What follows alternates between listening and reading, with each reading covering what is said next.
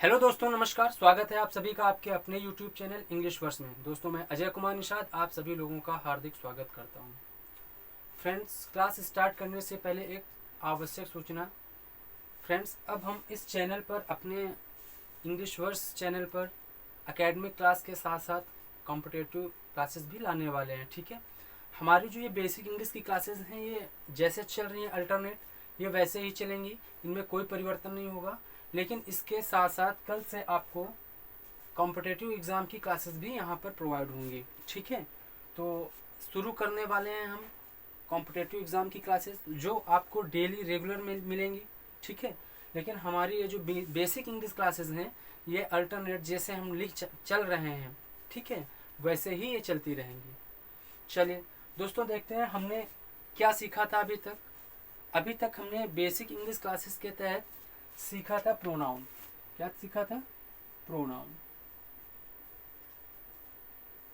Pronoun में क्या क्या सीख लिया था फ्रेंड्स? प्रोनाउन में हमने पर्सनल प्रोनाउन पढ़ लिया था, reflexive pronoun, एम्फैटिक pronoun, demonstrative pronoun, ठीक है, distributive pronoun, demonstrative pronoun, relative pronoun और इंट्रोगेटिव प्रोनाउन पढ़ लिए थे। फ्रेंड्स, हमारे 3 प्रोनाउन बचे हुए हैं। जो हमारे 3 प्रोनाउन बचे हुए हैं वो कौन कौन से हैं?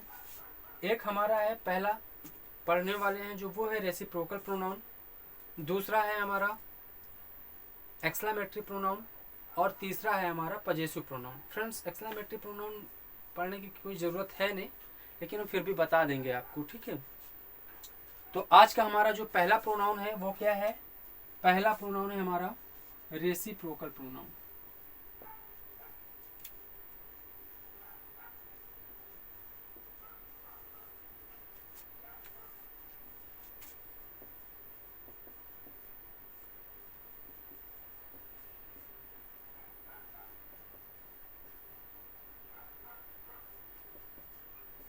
परस्पर वाचक सर्वनाम, रेसिप्रोकल परस्पर वाचक सर्वनाम। क्या होता है फ्रेंड्स परस्पर वाचक सर्वनाम? देखो, जैसा इसका नाम है वैसा ही काम है। क्या करता है ये?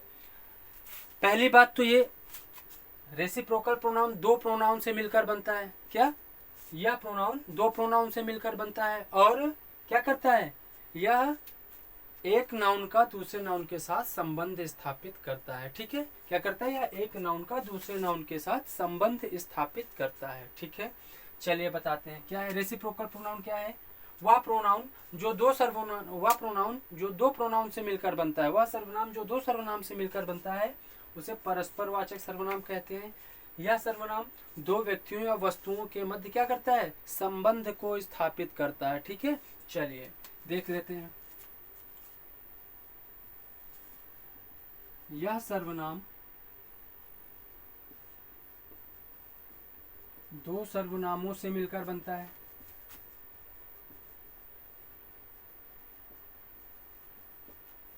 ठीक है, दूसरा क्या है? यह सर्वनाम एक या अधिक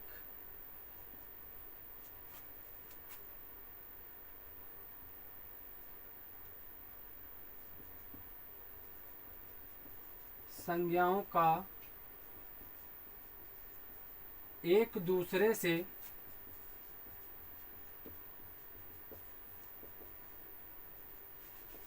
संबंध स्थापित करता है।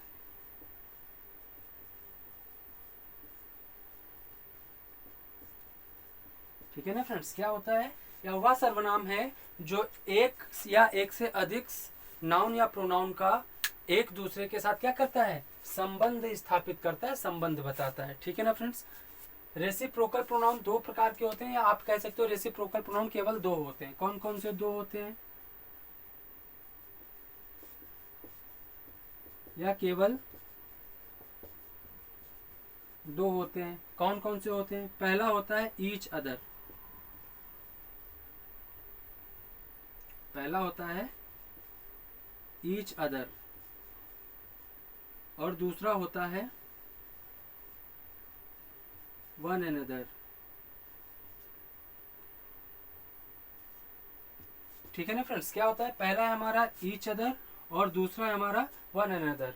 ठीक है, ईच अदर का प्रयोग किसके लिए करते हैं और वन एंड अदर का प्रयोग कब करते हैं? तो फ्रेंड्स देखिए, दो व्यक्तियों के लिए,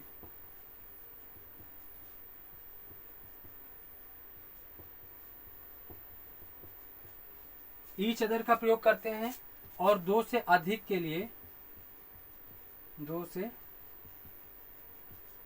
अधिक, दो से अधिक के लिए हम वन अनदर का प्रयोग करते हैं। ठीक है ना? जैसे एग्जाम्पल के रूप में देख लेते हैं।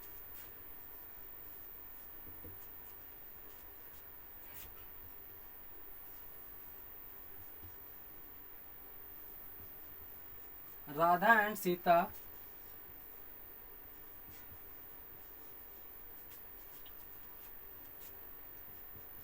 Help each other. क्या है? राधा और सीता एक दूसरे की क्या करती हैं? मदद करती हैं। राधा और सीता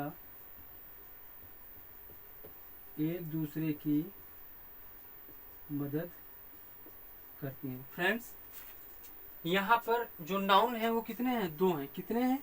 केवल दो है। इधर राधा और इधर सीता, दोनों एक दूसरे की क्या करती हैं? मदद करती हैं।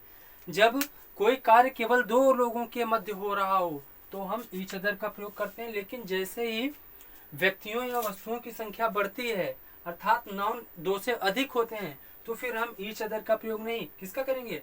वन अनदर का प्रयोग करेंगे। ठीक है? जैसे एग्जाम्पल देख लिए, ये तो पहला हो गया। दूसरा देखिए,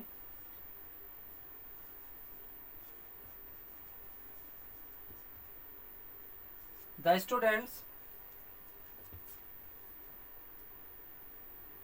students are fighting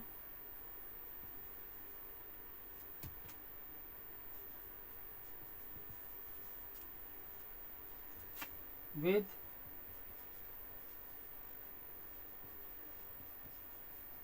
one another. ठीक है? विद्यार्थी एक दूसरे से क्या कर रहे हैं? लड़ रहे हैं। विद्यार्थी एक दूसरे से लड़ रहे हैं। फ्रेंड्स, यहाँ पर जो नाउन की संख्या है वो क्या है? दो से अधिक है। क्यों? क्योंकि कह रहा है students are fighting with one another. विद्यार्थी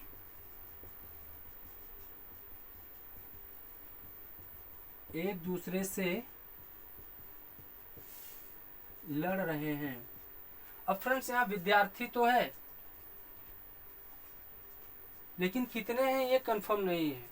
दो से ज्यादा है ये तो तय है। दो से ज्यादा है ये तो तय है। क्यों?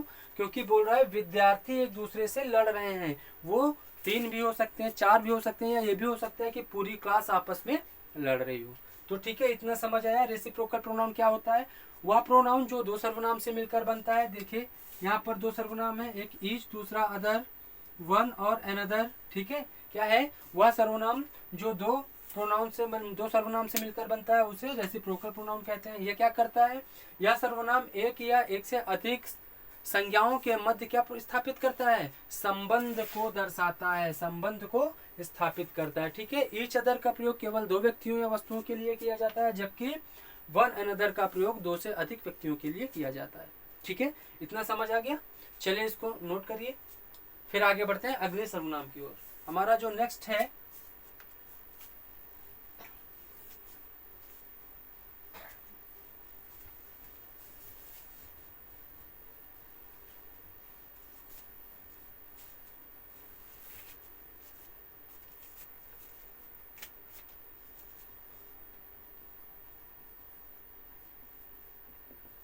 Possessive pronoun. Friends, possessive pronoun क्या होता है? पजेसिव प्रोनाउन को हिंदी में अधिकार सूचक या निज सूचक भी कहते हैं। ठीक है? अधिकार सूचक या निज सूचक सर्वनाम भी कहते हैं। फ्रेंड्स, सबसे पहले पजेसिव प्रोनाउन होता क्या है, आप इसके बारे में समझ लीजिए। फ्रेंड्स, वह सर्वनाम जो सब्जेक्ट के साथ अपने के लिए प्रयुक्त होता है। किसके साथ? जो कर्ता के साथ अपने के लिए प्रयुक्त होता है, उसे हम पजेसिव प्रोनाउन कहते हैं। फ्रेंड्स, हमने पजेसिव प्रोनाउन को, जब मैंने पर्सनल प्रोनाउन पढ़ा था तो उसमें पजेसिव प्रोनाउन की एक टेबल बनाई थी, मैंने एक टेबल बनाई थी, उसमें एक कॉलम था पजेसिव प्रोनाउन का। वो पजेसिव प्रोनाउन ही यहाँ पर हम डिस्कस करने वाले हैं। ठीक है, अब चलिए देखते हैं ये पजेसिव प्रोनाउन है क्या। वह सर्वनाम जो किसी संज्ञा का दूसरी संज्ञा पर अधिकार, ठीक है, वह सर्वनाम जो किसी संज्ञा का दूसरी संज्ञा पर अधिकार स्थापित करे या अधिकार के बारे में बताए, उसे हम पजेसिव प्रोनाउन कहते हैं। ठीक है, ये क्या करता है, या एक संज्ञा का दूसरी संज्ञा के ऊपर क्या करता है, अधिकार को स्थापित करता है। या आप कह सकते हो या वह सर्वनाम है, या वह सर्वनाम है जो किसी संज्ञा व सर्वनाम का दूसरे संज्ञा के ऊपर या संज्ञा के साथ अधिकार को क्या करता है, सूचित करता है। ठीक है, चलिए इसके बारे में पढ़ लेते हैं। वह सर्वनाम, पास में लिखते हैं, वह सर्वनाम जो किसी संज्ञा का, किसी संज्ञा या सर्वनाम का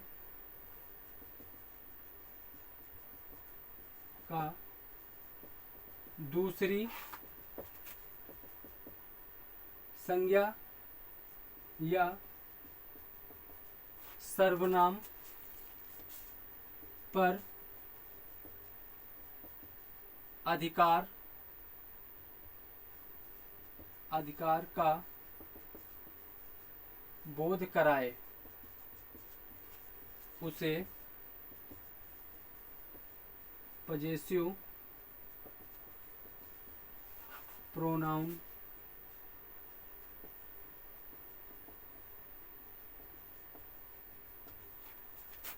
कहते हैं। ठीक है ना फ्रेंड्स, क्या है, वह सर्वनाम जो किसी संज्ञा या सर्वनाम का किसी दूसरी संज्ञा या सर्वनाम के साथ अधिकार स्थापित करे, अधिकार प्रकट करे, उसे हम पजेसिव प्रोनाउन कहते हैं। ठीक है, अब पजेसिव प्रोनाउन होते क्या हैं, कौन से हैं, तो पजेसिव प्रोनाउन होते हैं friends his, her, its, their, my, our, ठीक है, योर, वंस, एक्सेट्रा। फ्रेंड्स, ये कुछ ऐसे प्रोनाउन हैं जिनको हम पजेसिव प्रोनाउन के अंतर्गत पढ़ते हैं। ठीक है, इनका प्रयोग किसके साथ होता है, किस लिए होता है, अधिकार को स्थापित करने के लिए, अधिकार को बताने के लिए, किसी के अधिकार को दर्शाने के लिए इन प्रोनाउंस का यूज किया जाता है। इनका प्रोनाउन कब होता है, इनका प्रोनाउन सदैव उस नाउन से पहले होता है जिस नाउन पर अधिकार बताया जा रहा होगा।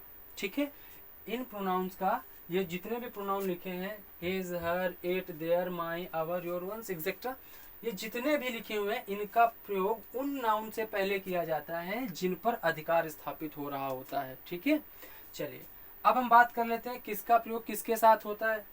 फ्रेंड्स, ही के साथ हिज का प्रयोग होता है, शी के साथ हर का, इट के साथ इट्स का, दे के साथ देयर का, आई के साथ माई का, वी के साथ हवर का, यू के साथ योर का, और वन के साथ वंस का। ठीक है, अब आगे बात कर लेते हैं। फ्रेंड्स, कभी कभी क्या होता है, जब हमारा नाउन सिंगुलर होता है तो हिज या हर का प्रयोग होता है, लेकिन जब भी नाउन हमारा प्लूरल होता है, जब भी नाउन हमारा प्लूरल होता है तो हम उसके साथ किसका यूज करते हैं, देयर का यूज करते हैं। ठीक है ना, चलिए आगे बात कर लेते हैं। क्या बताना, एग्जाम्पल ले लेते हैं, देख लीजिए। Sita washed her clothes, Sita ने अपने कपड़े धोए, सीता ने अपने कपड़े धोए। फ्रेंड्स, यहाँ पर हर का यूज कैसा हुआ है, पजेसिव प्रोनाउन की तरह हुआ है। क्यों, क्योंकि अगर हम इसको हटा के देखें तो हमारा सेंटेंस बनेगा Sita was the clothes, Sita was the clothes. तो सेंटेंस का जो हिंदी रूपांतरण होगा, सीता ने कपड़े धोए, क्या, सीते ने कपड़े धोए। अब ये नहीं क्लियर हो पा रहा है कि सीता ने कपड़े किसके धोए, सीता ने कपड़े किसके धोए, अर्थात जो कपड़े धोए वो किसके हैं ये पता नहीं लग रहा। ये एक ऐसा प्रोनाउन है जो उन कपड़ों के ऊपर किसका, नाउन का अधिकार बता रहा, सब्जेक्ट का अधिकार दर्शा रहा है। यहाँ पर हर लगते ही बता दिया, हमें पता चल गया कि वो कपड़े किसके हैं। पता चला सीता के कपड़े, किसके कपड़े हैं, सीता के कपड़े हैं। सीता वाश्ड हर क्लॉथ्स, सीता ने अपने कपड़े धोए। फ्रेंड्स अगला एक सेंटेंस देख लेते हैं। I went to my house, मैं अपने घर गया, मैं अपने घर गया। फ्रेंड्स यहाँ पर आई के साथ अपने के लिए माई का यूज हुआ है, और माई किस लिए प्रयुक्त हुआ है, हाउस के साथ आई के संबंध को स्थापित करने के लिए। ठीक है, I went to my house, अगर माई हटा दिया जाए तो सेंटेंस बनेगा आई वेंट टू हाउस, मैं घर गया। किसके घर गया नहीं पता, इसलिए ये जो माई है यहाँ पर जो यूज पॉजिटिव केस में माई का हुआ है वो हाउस के साथ आई का कैसा संबंध है इस बात की पुष्टि कर रहा है। ठीक है ना फ्रेंड्स, आगे बात कर लेते हैं। द स्टूडेंट्स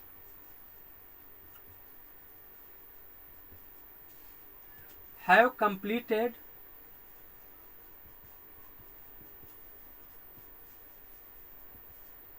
देयर वर्क, विद्यार्थियों ने अपना कार्य पूरा कर लिया है। फ्रेंड्स यहाँ पर विद्यार्थियों के साथ देयर का यूज हुआ है, विद्यार्थियों के लिए देयर का यूज हुआ है। क्यों, क्योंकि स्टूडेंट्स है, स्टूडेंट नहीं है। अगर स्टूडेंट होता तो हिज आता, क्योंकि स्टूडेंट सिंगुलर नाउन है। लेकिन मैंने अभी बताया था जैसे ही नाउन प्लूरल होगा तो अपने के लिए केवल और केवल देयर का यूज होगा। ठीक है ना फ्रेंड्स, देयर क्यों आया है, देयर क्यों प्रयुक्त हुआ है, देयर वर्क के साथ स्टूडेंट्स के संबंध को स्थापित करने के लिए देयर का यूज हुआ है। ठीक है ना, देयर का प्रयोग क्यों हुआ है, वर्क के साथ स्टूडेंट्स का संबंध स्थापित करने के लिए। जैसे देख लीजिए, देयर को हटा के देख लीजिए, student have completed work, students ने मतलब विद्यार्थियों ने कार्य पूरा कर लिया है। अब हो सकता है वो कार्य विद्यार्थियों का ना हो, अध्यापक ने कहा हो बेटा ये जरा कर देना मैं आ रहा हूँ। ठीक है, किसी कोई अध्यापक का कोई कार्य हो, मान लीजिए जैसे रजिस्टर मेंटेन करना हो और किसी टीचर के पास कोई दूसरा इमरजेंसी काम आ गया हो तो उसने स्टूडेंट्स को दे दिए हो कि बेटा ये थोड़ा थोड़ा करके तुम लोग कर लो, और उसने बोल दिया कि स्टूडेंट हैव कंप्लीटेड वर्क, विद्यार्थियों ने कार्य पूरा कर लिया है ना। लेकिन जैसे ही देयर लगा तो काम किसका था इस बात की भी क्या हो गई, पुष्टि हो गई है। समझ आया, तो students have completed their work, विद्यार्थियों ने अपना कार्य पूरा कर लिया है। ठीक है, समझ आया, उम्मीद करता हूँ समझ गए होंगे। तो फ्रेंड्स हम पढ़ चुके हैं, प्रोनाउन कंप्लीटली पढ़ चुके हैं। ठीक है, अब हम कल नए टॉपिक के साथ आपके सामने होंगे। हमारा जो अगला टॉपिक होगा वो होगा एडजेक्टिव। लेकिन ये हमारी क्लासेस जो बेसिक इंग्लिश क्लासेस चल रही हैं ये वैसे ही अल्टरनेट चलेंगी जैसे चल रही हैं। ठीक है, कल से आप लोगों को कॉम्पिटिटिव एग्जाम के लिए क्लासेस भी इसी प्लेटफॉर्म से मिलने वाली हैं, वो भी डेली। ठीक है, अभी हमारा कोई टाइम नहीं है, क्योंकि मैं ऑनलाइन नहीं आ पा रहा हूँ।